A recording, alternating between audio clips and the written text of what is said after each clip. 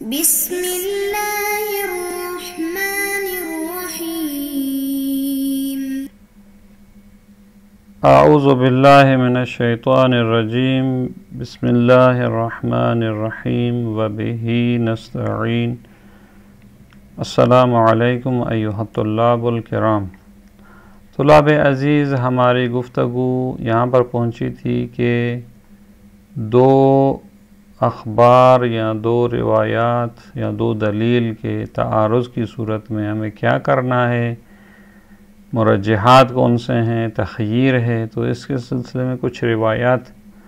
صاحب کتاب نے ذکر کی، تو ہماری گفتگو یہاں مقبولہ پر پہنچی تھی کہ اسی کو پڑھتے ہیں۔ مقبولۃ عمر بن حنظلۃ التی رواہا المشائخ الثلاثۃ فی کتبہم۔ فرماتے ہیں عمر ابن حنظلہ کی ایک روایت ہے جس کو مقبولہ کہا جاتا ہے، کیونکہ یہ ایسی روایت ہے جس کو مشائخ ثلاثہ جو تین بڑے شیخ تھے کہ شیخ کلینی ہے، شیخ صدوق اور شیخ طوسی، انہوں نے اپنی کتابوں میں جو کتب روائی ہیں اور احادیث کی ایک بہت بڑی کتابیں ہیں، تو اس روایت کو انہوں نے اپنی کتابوں میں بھی روایت کی ہے۔ وہی العمدۃ فی المقام، اور یہی روایت ہے جو مرجحات اس میں مفصل اور تفصیل سے لکھے گئے ہیں۔ تو اس کے بارے میں فرماتے ہیں کہ قال سألت ابا عبداللہ علیہ السلام، زرارہ کہتا ہے کہ میں نے امام جعفر صادق علیہ السلام سے سوال کیا ان رجلین من اصحابنا، ہمارے ساتھیوں میں سے دو شخصوں کے بارے میں، یکون بینہما منازعۃ فی دین او میراث، کہ ان کے درمیان میں قرض کے معاملے میں یا ارث و میراث کی تقسیم کے بارے میں جھگڑا تھا۔ تو فتحاکما الی السلطان، اور وہ دونوں سلطان ظالم کے پاس گئے، یعنی اس وقت کا جو حاکم ظالم تھا اس کے پاس محاکمے کے لیے گئے، فیصلہ کے لیے گئے، یا او الی القضاۃ، یا وہ مثلا اس سلطان کے جو مقرر کردہ قاضی ہیں ان کی طرف تحاکم کے لیے جائیں۔ ایحل ذالک، تو یہ ان کا جانا سلطان یا اس کے قاضیوں کے پاس آیا حلال ہے ان کے لیے کہ وہ جا سکتے ہیں؟ تو امام جواب میں فرماتے ہیں قال من تحاکم الیہم فی حق او باطل، فرماتے ہیں جو بھی ان کے پاس جائے محاکمے کے لیے، یعنی سلطان کے پاس یا اس کے قاضیوں کے پاس، چاہے وہ حق کے بارے میں ہو، یعنی اس کا حق ہے وہ لینا چاہتا ہے، یا وہ ناحق کے ذریعے سے وہ مال لینا چاہتا ہے، ہر دو صورت میں فإنما تحاکم الی الطاغوت، سلطان اور ان کے قاضیوں کے پاس جانا گویا کہ طاغوت کے پاس محاکمے کے لیے جانا ہے۔ وما یحکم لہ، اور وہ طاغوت اگر اس شخص کے نفع کے بارے میں حکم کرتا ہے اور فیصلہ دیتا ہے کہ مثلا ہاں بھئی یہ تمہارا مال ہے، فإنما یاخذہ سحتا، تو اگر وہ اسے لے گا تو گویا کہ اس نے ایک حرام مال، اور جو ہے وہ نہ حلال نہیں ہے اس کے لیے، حرام ہے اس کے لیے، باطل ہے۔ وَإِنْ كَانَ حَقُّهُ ثَابِتًا، اگرچہ اس کا حق ثابت ہے، یعنی اگرچہ وہ اپنے حق پر پہنچا ہے، اس کو اپنا ہی مال ملا ہے، مثلا جس طرح میراث میں اس کا حق نہیں دے رہے تھے اور اس نے جو ہے طاغوت سے جا کر ثابت کروایا کہ بھئی یہ بھی آپ اس کا حق ہے میراث میں، تو اگرچہ وہ اپنے حق پر پہنچا ہے لیکن پھر بھی جو ہے وہ اس کو لینا اس کے لیے جو ہے سحت ہے، یعنی حرام ہے۔ کیوں حرام ہے اس کے لیے سحت ہے؟ لأنہ اخذ بحکم الطاغوت، کیونکہ یہ اس نے اپنا حق جو ہے وہ طاغوت کے حکم کے ذریعے لیا ہے، اور خدا کا فرمان ہے وَإِنَّمَا أَمَرَ اللَّهُ أَن يُكْفَرَ بِهِ، اللہ نے امر دیا ہے کہ ان کا انکار کیا جائے، ان کے پاس نہ جایا جائے۔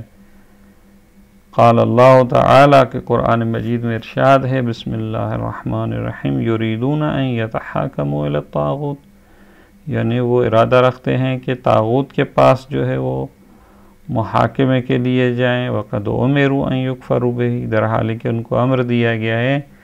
کہ ان کا جو ہے وہ انکار کریں۔ اس کے بعد آگے جو ہے فرماتے ہیں زرارہ قلت فکیف یصنعان، پھر جب وہ طاغوت کے پاس نہ جائیں تو پھر کیف یصنعان کیا کرنا چاہیے، ان کو کیا کریں، کس کے پاس جائیں؟ قال ینظران من کان منکم من قد روا حدیثنا، امام نے فرمایا کہ اس فیصلے کے مسائل کو حل کرنے کے لیے وہ دونوں دیکھیں تم میں سے ایک ایسا شخص جو ہماری احادیث کی روایت کرتا ہے، وَنَظَرَ فِي حَلَالِنَا وَحَرَامِنَا، اور ہمارے بیان کردے ہوئے حلال اور حرام جو ہے اس کے بارے میں وہ دیکھے، نظر کرے، وَعَرِفَ أَحْكَامَنَا، اور دین خدا کے جو ہم نے احکام بیان کیے ہیں ان کو دیکھے، ان کی معرفت حاصل کرے۔ تو اگر کوئی اس طرح کا شخص ہو فَلْيَرْضَوْا بِهِ حَكَمًا، تو وہ راضی ہو جائیں اس کو قاضی بناتے ہوئے، یعنی ایسے شخص کو قاضی بنائیں اور راضی ہو جائیں۔ کیوں؟ اس لیے کہ فَإِنِّي قَدْ جَعَلْتُهُ عَلَيْكُمْ حَاكِمًا، ایسے شخص کو جو ہماری احادیث روایت کرتا ہے اور ہمارے دین اسلام کے بارے میں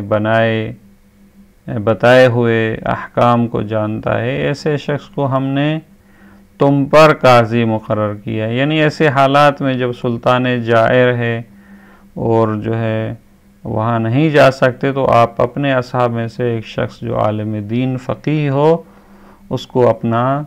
حکم قرار دیں۔ فَإِذَا حَكَمَ بِحُكْمِنَا، اب جب ایسا شخص حکم کرے ہمارے حکم کے مطابق، فَلَن يُقْبَلُوا، اور اس کے حکم کو نہ مانا جائے، تو گویا کہ فَإِنَّمَا بِحُكْمِ اللَّهِ اسْتَخَفَّ، تو نہ ماننے والا گویا کہ اللہ کے حکم کو جو ہے وہ کم سمجھتا ہے، یا اس نے جو ہے وہ خفیف کر دیا حکم خدا کو۔ وَعَلَيْنَا قَدْ رَدَّ، اور گویا کہ اس نے ہمارے اوپر جو ہے ہمارے حکم کو جو ہے وہ جھٹلا دیا ہے، رد کر دیا ہے۔ وَالرَّادُ عَلَيْنَا، اور جو ہم پر رد کر دے یعنی ہمارے حکم کو نہ مانے، گویا کہ الراد علی اللہ ہے، گویا کہ وہ اللہ کے حکم کو نہیں مان رہا، اللہ پر رد کر رہا ہے۔ وَهُوَ عَلَى حَدِّ الشِّرْكِ بِاللَّهِ، اور اللہ کی بات کو نہ ماننا گویا کہ خدا سے شرک کے جو ہے وہ گناہ کے حد تک ہے۔ پھر وہ زرارہ سوال کرتا ہے قلت فَإِنْ كَانَ كُلُّ رَجُلٍ يَخْتَارُ رَجُلًا مِنْ أَصْحَابِنَا، اب دو شخص ہیں، ان دونوں میں سے ہر کوئی اپنے ساتھیوں میں سے ایک شخص کو بعنوان قاضی چنتا ہے، فَرَضِيَ أَنْ يَكُونَ النَّاظِرَيْنِ فِي حَقِّهِمَا، اور وہ راضی ہو جاتے ہیں دو شخص کے ان دونوں کے حق میں ناظر ہوں، یعنی ان کے بارے میں دیکھیں کہ بھئی ان کا کیا مسئلہ ہے۔ پھر جب وہ حکم دیتے ہیں دو شخص قاضی جو بنے ہیں، فَاخْتَلَفَ فِيمَا حَكَمَ، اور جو انہوں نے حکم دیا ہے دونوں کا اختلاف ہو گیا، ایک کہتا ہے کہ بھئی اس کا حق ہے، دوسرا کہتا ہے کہ اس کا حق ہے، وَكِلَاهُمَا اخْتَلَفَا فِي حَدِيثِكُمْ، اور دونوں آپ کی حدیث میں اختلاف کرتے ہیں، یعنی ایک کہتا ہے کہ بھئی اس کی حدیث جو ہے یہ ہے، اور دوسرا کہتا ہے میرے فیصلے کی حدیث جو ہے وہ فلاں حدیث ہے، یعنی دونوں کی حدیثیں بھی مختلف ہیں، جو انہوں نے حکم دیا ہے وہ بھی مختلف ہیں۔ تو کیا کرنا چاہیے یہاں پر، کس کی بات کو مانا جائے؟ امام فرماتے ہیں قال الحکم ما حکم به اعدلهما واوفقهما، فرماتے ہیں حکم اس شخص کا ہوگا جو ان میں سے عادل ہے، زیادہ عدالت رکھنے والا ہے، اس کا حکم ہے، یا جو زیادہ فقیہ ہے، واصدقهما فی الحدیث، یا ان میں جو ہے وہ زیادہ بات میں سچا ہے، وَأَوْرَعُهُمَا، اور زیادہ متقی اور پرہیزگار ہے۔ جس میں یہ خصوصیات پائی جائیں تو اس کی بات کو مانا جائے گا۔ گویا کہ یہاں پر اس مرجح کی طرف اشارہ ہے کہ جب تو روایات آپس میں تعارض کر رہی ہیں، جن کی ان دونوں کی باتیں آپس میں تعارض کر رہی ہیں، تو پھر یہ وہ مرجحات ہیں جو اس حدیث میں اشارہ کیا گیا ہے کہ عادل ہو، افقہ ہو، اصدق اور اورا ہو۔ ولا یلتف الی ما یحکم بہ الاخر، اور توجہ نہیں کی جائے گی اس حکم کی طرف جو دوسرا شخص دے رہا ہے، یعنی اس شخص کو مقدم کیا جائے گا۔ قلت فإنہما عدلان مرضیان عند اصحابنا، اب وہ دوبارہ زرارہ سوال کرتا ہے کہ وہ دونوں شخص جو ہیں وہ دونوں عادل ہیں، دونوں ہمارے ساتھیوں میں وہ پسندیدہ ہیں، لا یفضل واحد منہما علی الآخر، ان میں سے ایک دوسرے پر فضیلت نہیں رکھتا، یعنی یہ جو آپ نے صفات بتائی ہیں اب دونوں میں مشترکہ ایک ہی ہوں، دونوں عادل ہیں، دونوں افقہ ہیں، تو پھر کیا کریں؟ قال ينظر الى ما كان من روایتهم عنا في ذلك الذي حكم به المجمع علیہ بین اصحابہ، اگر دونوں صفات میں مساوی ہیں تو پھر دیکھا جائے گا کہ ان دونوں میں جو انہوں نے روایت کی ہے ہمارے اس بات میں جس کو انہوں نے حکم دیا ہے، یعنی جو انہوں نے حکم دیا ہے اس میں جو ہم سے روایت انہوں نے کی ہے، اس روایت کو دیکھا جائے گا کہ المجمع علیہ بین اصحابہ، وہ آپ کے ساتھیوں میں وہ روایت مشہور ہونی چاہیے، یعنی جب بھی آپ کے ساتھی اس روایت کو سنیں تو کہیں ہاں بھئی یہ روایت جو ہے وہ ٹھیک ہے، مشہور ہو روایت، تو پھر اس کے حکم کو لیا جائے گا۔ فَيُؤْخَذُ بِهِ مَنْ حَكَمَهُمَا، یعنی جس نے اس چیز کو حکم دیا ہے مشہور کے بارے میں اس کو لیا جائے گا۔ وَيُتْرَكُ الشَّاذُ الَّذِي لَيْسَ بِمَشْهُورٍ عِنْدَ أَصْحَابِهِ، اور وہ شاذ روایت جو تمہارے ساتھیوں کے درمیان مشہور نہیں ہے اس کو چھوڑا جائے گا۔ فَإِنَّ الْمُجْمَعَ عَلَيْهِ لَا رَيْبَ فِيهِ، کیونکہ جو مجمع علیہ ہے، جس پر جو ہے وہ اجماع ہے مشہور اور توافق ہے اصحاب کا، اس میں شک نہیں ہوتا۔ پھر امام جو ہے امور کے بارے میں بتاتے ہیں کہ جتنے بھی امور اور کام ہوتے ہیں وہ 3 طرح کے ہوتے ہیں۔ وَإِنَّمَا الْأُمُورُ ثَلَاثَةٌ، یعنی امور اور کام جو ہوتے ہیں وہ آپ کے سامنے ان کے احکام کے سلسلے میں 3 ہوتے ہیں۔ امرٌ بین رشدہ، ایک ایسا کام ہوتا ہے کہ جس کا واضح اور رشید ہونا، جس کا صحیح ہونا جو ہے وہ واضح ہے، فیتبع، اس کی اتباع کی جاتی ہے۔ جس طرح مثلا پانی جو ہے پاک ہے، اب یہ ایک واضح سے احکامات میں سے۔ وَأَمْرٌ بَيِّنٌ غَيُّهُ، کچھ ایسے امور ہوتے ہیں جن کا باطل ہونا واضح ہے، فَيُجْتَنَبُ، سے اجتناب کیا جاتا ہے، مثلا زنا حرام ہے، شراب حرام ہے، یہ ایک واضحات میں سے۔ وَأَمْرٌ مُشْكِلٌ، لیکن کچھ ایسی چیزیں ہیں جن کے بارے میں حکم واضح نہ ہو، تو يُرَدُّ حُكْمُهُ إِلَى اللَّهِ، تو اس کے حکم کو جو ہے اللہ کی طرف جو ہے وہ پلٹایا جائے کہ بھئی اس کا حکم جو ہے خدا سے پوچھا جائے۔ قال رسول اللہ صلی اللہ علیہ وآلہ، پیغمبر گرامی اسلام رسول اللہ صلی اللہ علیہ وسلم فرماتے ہیں حلال بین، یعنی یہ جو 3 امور انہوں نے امام نے بیان فرمائے ہیں تو رسول خدا نے بھی فرمایا تھا، اور اسی کی طرف استناد دیتے ہیں کہ پیغمبر نے یہ فرمایا تھا حلال بین و حرام بین و شبہات بین ذالک، ایک حلال واضح ہے، ایک حرام واضح ہے، اور کچھ ان کے درمیان شبہات ہیں۔ فمن ترک الشبہات نجا من المحرمات، جو شبہات کو ترک کر دے وہ محرمات سے نجات پا جاتا ہے۔ ومن اخذ بالشبہات وقع فی المحرمات، لیکن ان شبہات کو جو اخذ کرے گا، جو لے گا، تو وہ محرمات میں پڑ جائے گا۔ ومن وحلق من حیث لا یعلم، اور وہ ہلاک ہو جائے گا اس حساب سے کہ وہ جانے گا بھی نہیں کہ میں ہلاک ہو گیا ہوں۔ تو لہٰذا یہاں پر جو ہے وہ چونکہ شہرت کی بات ہو رہی تھی، اور تو لہٰذا جو چیز مشہور ہوتی ہے اس میں کوئی ریب نہیں ہوتا ہے، اور شبہات کی صورت میں جو ہے وہ جو ہے ان کو ترک کرنا چاہیے۔ اس کے بارے میں فرماتے ہیں آگے، پھر دوبارہ زرارہ سوال کرتا ہے قال قلت فإن كان الخبران عنكم مشهورين، اب آپ کہہ رہے تھے مشہور کو لینا چاہیے، ان دونوں کی خبریں جو ہے دونوں مشہور ہیں، قد رواہم الثقات عنہم، اور جو ہے وہ قابل اعتماد افراد نے آپ سے روایت کی ہو، تو پھر کیا کریں؟ قال ينظر ما وافق حکمہ حکم الکتاب والسنہ وخالف العامہ، فرماتے دیکھا جائے گا کہ اس کا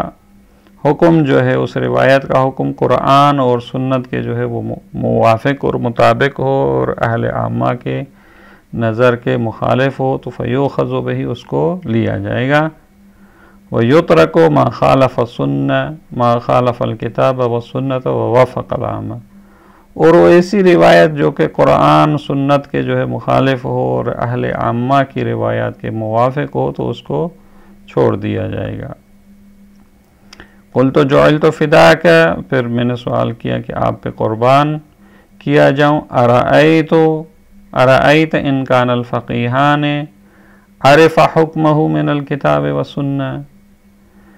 آپ کا کیا خیال ہے کہ اگر وہ دونوں فقیہ جو ہے وہ حکم خدا کو جانتے ہیں، قرآن میں اگر حکم ہے یا سنت میں اگر حکم ہے تو وہ دونوں جانتے ہیں،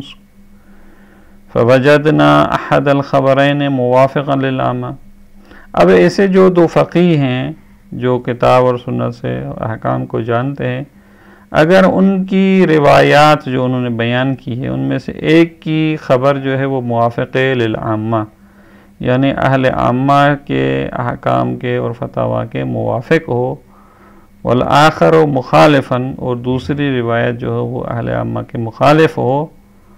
تو فبأی الخبرین یؤخذ، تو اب ایسے دو فقیہ کی روایات میں سے ہم کس کی روایات کو جو ہے وہ اخذ کیا جائے گا؟ تو یہاں پر امام فرماتے ہیں قال ما خالف العامہ ففیہ الرشاد، فرماتے ہیں کہ جو روایت اہل عامہ کے مخالف ہے اس میں جو ہے وہ رہنمائی اور ارشاد ہے۔ پھر آگے جو ہے دوبارہ وہ سوال کرتا ہے فقلت جعلت فداک، میں آپ پر جو ہے وہ فدا کیا جاؤں، قرار دیا جاؤں، فإن وافقہم الخبران جمیعا، اب دونوں اخبار جو دونوں خبریں جو ہیں، جو شخص جو حاکم بنے تھے اور جو روایت کر رہے تھے، ان دونوں کی مرجحات کے حساب سے سب کے سب موافق ہیں، برابر ہیں دونوں، یعنی دونوں عادل تھے، جتنے بھی مرجحات ذکر ہوئے ہیں وہ دونوں خبریں جو ہیں آپس میں ایک جیسی ہوں، پھر کیا کیا جائے؟ قال ينظر الى ما هم اميل اليهم حكامهم وقضاتهم،